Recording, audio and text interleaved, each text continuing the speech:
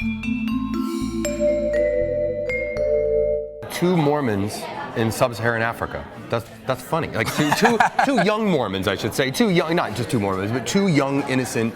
They've never left the country before. They've never been to college before. I mean, that's really who goes on missions as an 18, 19-year-old kid. When you really think about what they're going through as young men, it's a perfect coming-of-age story. It's a perfect, like, you know, they just pair you with someone you never met before, and all of a sudden you can't leave that person's side for 2 years.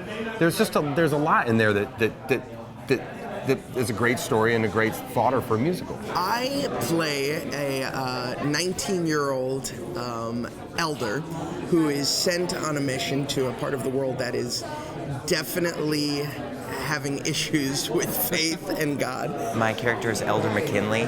He's the district leader in Uganda. So when the missionary boys arrive in Uganda, I'm the head of the mission there.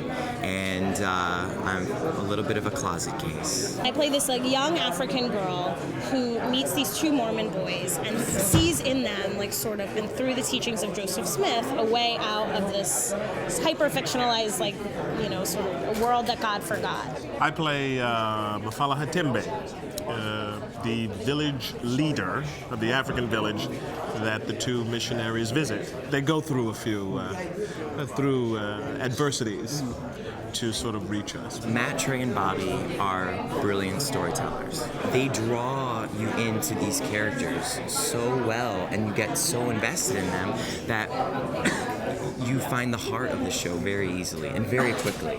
I got this hilarious script, I've ended up falling in love with it, and you never know where things are going to go from there. Obviously, 2 years later, you get a call and they're like, "Oh, hey, do you remember that reading you did? We're going to do it on Broadway." And I was like, sweet. Traditional musical theater, which I love and I live and grew up with and all of that. Matt and Trey are the same way.